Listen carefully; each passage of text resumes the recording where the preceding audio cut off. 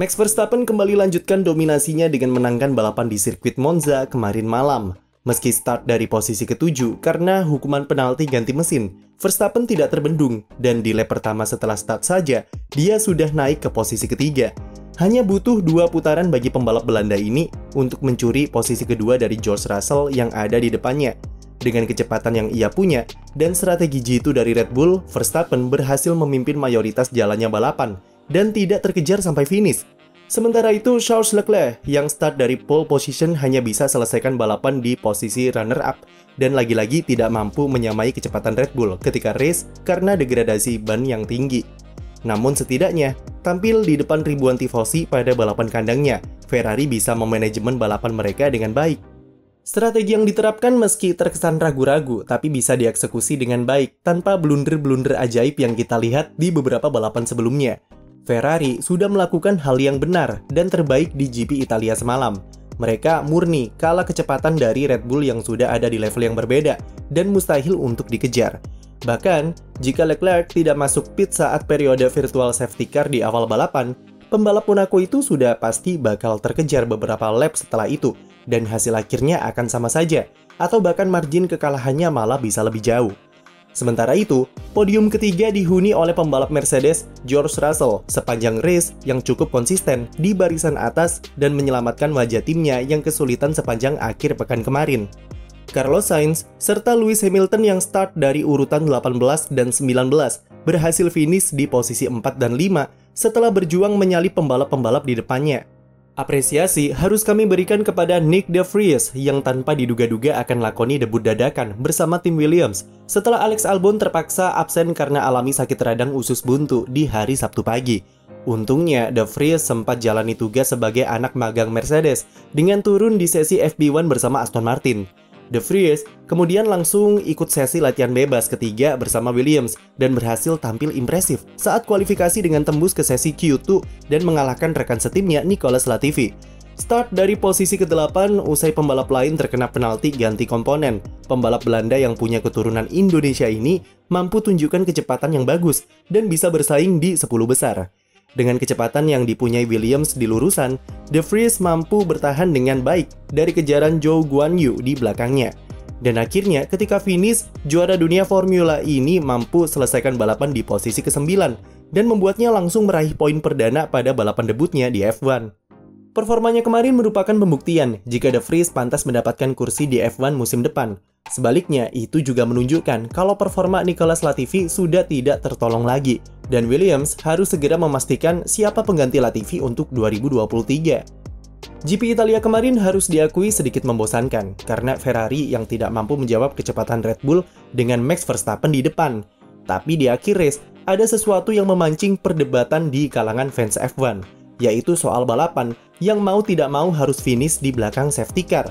Hal tersebut dinilai merusak keseruan race, di mana para penonton berharap adanya duel di lap-lap akhir GP Italia. Seperti yang kita tahu, safety car keluar 5 lap sebelum finish karena mobil Daniel Ricciardo yang alami masalah dan berhenti di area tikungan Desmo. Lamanya evakuasi mobil Ricciardo yang sulit digerakkan karena tidak bisa pindah ke gigi netral, dan lamanya proses untuk merapikan susunan grid menjadi penyebab kenapa balapan terpaksa harus selesai di belakang safety car. Banyak pihak yang menilai jika race bisa dilanjutkan dengan menyisakan 2 atau 1 lap sampai finish.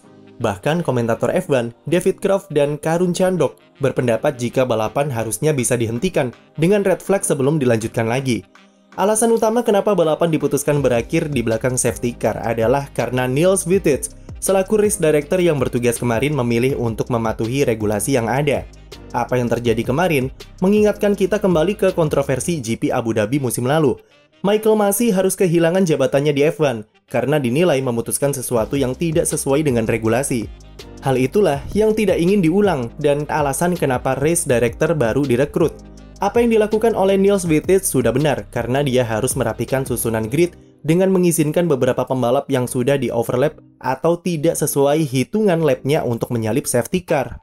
Tapi karena hanya menyisakan 2 lap saja, tidak ada cukup waktu untuk merapatkan barisan para pembalap.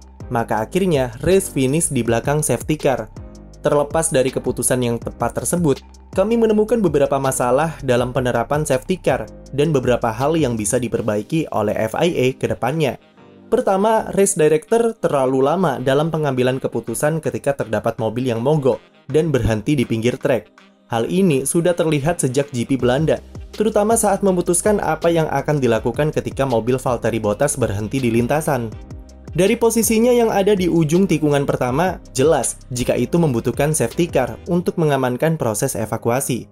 Tapi race director butuh waktu sekitar 1,5 menit untuk memutuskan mengeluarkan safety car. Hal yang sama juga terjadi di Monza kemarin. Posisi mobil Ricciardo berhenti cukup jauh dari escape road yang ada di belakangnya, dan Marshall akan kesulitan untuk mengevakuasi mobil tersebut kalau tidak ada safety car. Butuh sekitar 1 menit bagi race director untuk memutuskan, dan keterlambatan itu akhirnya membuat prosedurnya menjadi berantakan. Andaikan race director lebih cepat dalam mengeluarkan safety car, paling tidak Max Verstappen serta Charles Leclerc bisa langsung masuk pit dan keluar tepat di belakang safety car. Tapi yang terjadi adalah karena keputusannya lama, Verstappen serta Leclerc memilih stay out, dan ini kemudian membawa race director ke kesalahan kedua dalam prosedurnya kemarin. Ketika keluar ke sirkuit, mengapa safety car tidak menunggu Max Verstappen selaku pemimpin balapan dan justru langsung berjalan normal dengan mengambil George Russell di belakangnya? Hal itu menyebabkan urutan pembalap menjadi kacau dan membutuhkan waktu untuk merapikannya kembali. Seandainya safety car bisa menunggu Verstappen datang, setidaknya tidak akan memakan waktu lama dalam mengizinkan pembalap yang sudah di-overlap untuk lewat. Selain itu, race director juga cukup lama untuk memutuskan kapan George Russell dan pembalap di belakangnya untuk menyalip safety car. Baru di lap ke-51 mereka diizinkan untuk maju dan merapatkan barisan. Itu pun tidak semua pembalap backmaker diizinkan menyalip, karena di belakang Max Verstappen masih ada Bottas, Tsunoda, Latifi, serta Magnussen yang ikut barisan di belakang Russell. Praktis, race director masih harus merapikan grid lagi sebelum bisa memulai balapan kembali, alias 2 kali kerja jadinya. Terkait hal tersebut, FIA sendiri tentunya beralasan jika keselamatan jadi faktor utama mereka tidak bisa melepas barisan lebih awal karena mobil Ricciardo yang belum bisa dievakuasi. Tapi di bawah kondisi safety car, meski si pembalap belum bergabung ke antrian, kecepatan di sirkuit tetap dibatasi dengan delta atau waktu minimal yang harus dipatuhi dan wajib melambatkan laju mobil ketika melewati TKP terjadinya insiden. Hal inilah yang bisa diubah oleh FIA ke depannya untuk mencegah akhir balapan yang anti klimaks dengan finish di belakang safety car, yaitu soal kecepatan pengambilan keputusan, lalu bagaimana mengatur urutan grid dengan cepat, dan mau dalam kondisi apapun, safety car baru bisa mulai beroperasi ketika pembalap pemimpin balapan sudah sampai di belakangnya.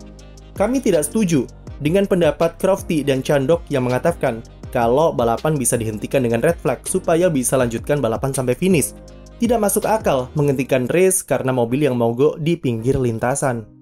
Tidak ada kerusakan serius dan justru bakal menimbulkan kontroversi baru nantinya. Tapi di masa depan, opsi ini bisa dipertimbangkan, seperti jika ada kasus mobil mogok di posisi yang membutuhkan proses evakuasi yang lama atau terjadi insiden di 10 lap sebelum finish. Maka di regulasi race director bisa diberi pilihan untuk menghentikan race dengan red flag supaya balapan bisa finish dengan keadaan normal. Menambah lap di akhir race juga bukan opsi yang bijak, karena tim sudah memberikan bahan bakar yang cukup, atau bahkan kurang dari jumlah lap yang ditentukan. Bahkan, jika mobil F1 berjalan lambat di belakang safety car, konsumsi bahan bakarnya masih tergolong besar, dan mungkin hanya cukup untuk menambah sampai 1 lap ekstra saja.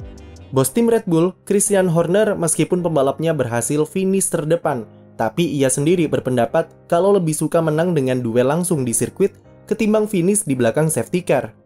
Hal yang sama juga diutarakan oleh Mattia Binotto yang kecewa dengan lamanya pengambilan keputusan oleh race director.